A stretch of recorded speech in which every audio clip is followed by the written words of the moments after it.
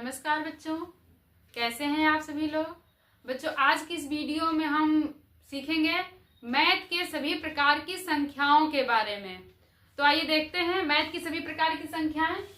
बच्चों, पहला होता है प्राकृतिक संख्या, यानी प्राकृतिक संख्या किसे कहते हैं। प्राकृतिक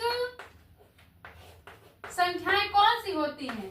तो बच्चों, प्राकृतिक संख्याएं जैसे 1, 2, 3, 4, 5, यानी कि ये 1 से शुरू होकर और अनंत तक जाती हैं, ये होती हैं प्राकृतिक संख्याएं। शुरुआत 1 से होती है और इसका अंत नहीं है, ये संख्याएं कहाँ तक जा रही है, तो ये होती है प्राकृतिक संख्याएं। दूसरी संख्या कौन सी होती है, पूर्ण संख्या। पूर्ण संख्या कौन सी होती है बच्चों, पूर्ण संख्या 0 से शुरू होती है, 0 से लेके अनंत तक जाती है। जैसे 0 हो गया 1, 2, 3, 4, 5, 6, यानी कि 0 से शुरू होगा और ये संख्या अनंत तक जाए, ये पूर्ण संख्या कहलाती है। तीसरी है पूर्णांक संख्या।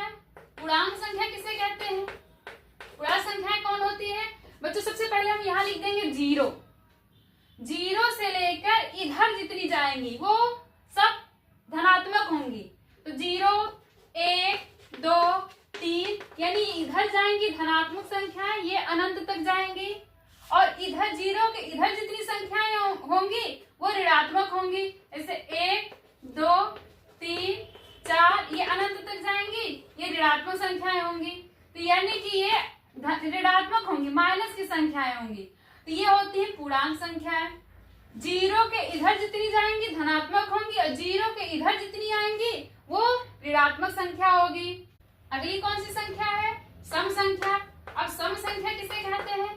सम संख्याएं यानी कि जो संख्या 2 से विभाजित हो जाए उसे सम संख्या कहते हैं।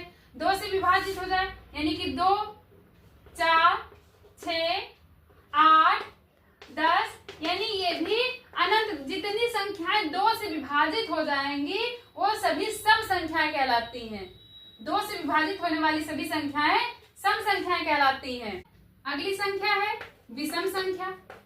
अब विषम संख्या कौन सी होती है बच्चों, विषम संख्या वो होती है जो 2 से पूरी तरह विभाजित नहीं होती हैं, वो विषम संख्या कहलाती है। जैसे 1 हो गया, 3 हो गया, 5 हो गया, 7 हो गया, 9 हो गया, ये सब संख्याएं 2 से पूरी तरह विभाजित नहीं होंगी, ये अनंत तक जाएंगी। तो ये होती है विषम संख्या।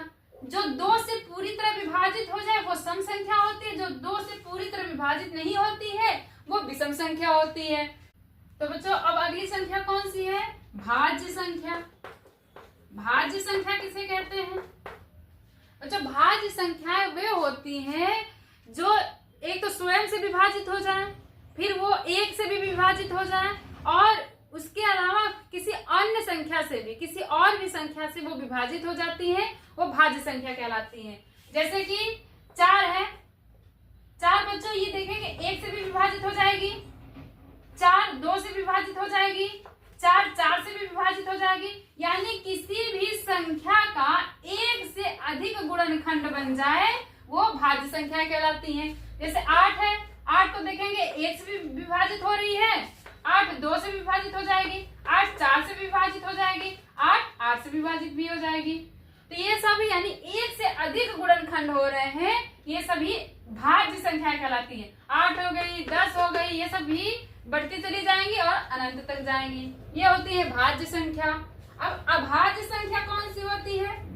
अभाज्य संख्या कौन सी होती है, अभाज्य संख्या बिल्कुल इसके अपोजिट होती है। यानी अभाज्य संख्या में वो होता है जो अभाज्य संख्याएं या तो 1 से विभाजित होंगी या तो स्वयं से विभाजित होंगी, वो होती है अभाज्य संख्याएं।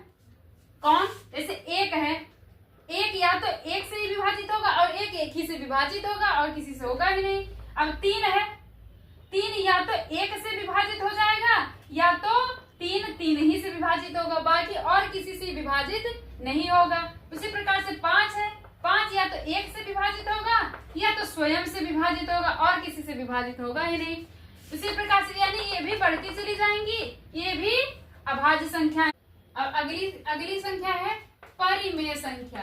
परिमेय संख्या किसे कहते हैं संख्या। परिमेय संख्याएं कौन सी होती हैं बच्चों? परिमेय संख्याएं जो p बट्टे q के रूप में लिखी हो, यानी कि जिन संख्याओं के बट्टा यानी बट्टा लगा हो संख्याओं में, वो परिमेय संख्याएं कहलाती हैं। जैसे ये संख्या p बट्टे q के रूप में लिखी, जैसे मान लीजिए 1/3 हो गया, 4/5 हो गया, 3/6 हो गया, यानी ये सभी संख्याएं परिमेय संख्याएं कहलाती हैं। और एक बात याद रखना बच्चों, कभी भी जो ये q का मान है, जो हम नीचे ये q का मान देख रहे हैं, यानी अंश, ऊपर का अंश होता है, नीचे का हर होता है, तो जो ये q का मान है वो कभी भी q का मान कभी भी 0 के बराबर नहीं हो सकता है, तभी ये संख्याएं परिमेय संख्याएं होती हैं।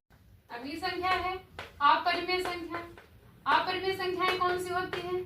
जो संख्याएं अंडर रूट में होती हैं, यानी कि √2 हो गया, √3 हो गया, √5 हो गया। ये जो अंडर रूट में, यानी कि जो संख्याएं अंडर रूट में होंगी, वो सभी संख्याएं अपरिमेय संख्याएं कहलाती हैं। अपरिमेय संख्याएं कहलाती हैं। अगली संख्या है वास्तविक संख्या। वास्तविक संख्या कौन सी होती है बच्चों? वास्तविक से ही पहचान में आ रहा होगा कि जो भी संख्या है, जैसे कि प्लस में 1 है, माइनस में 2 है, माइनस में 0 है, 2 है, जो भी संख्याएं हैं, ये कौन सी संख्याएं हैं? ये सभी वास्तविक संख्याएं कहलाती हैं। ये सभी वास्तविक संख्याएं कहलाती। अगली संख्या है अवास्तविक संख्या। अब अवास्तविक संख्या कौन सी होती है बच्चों?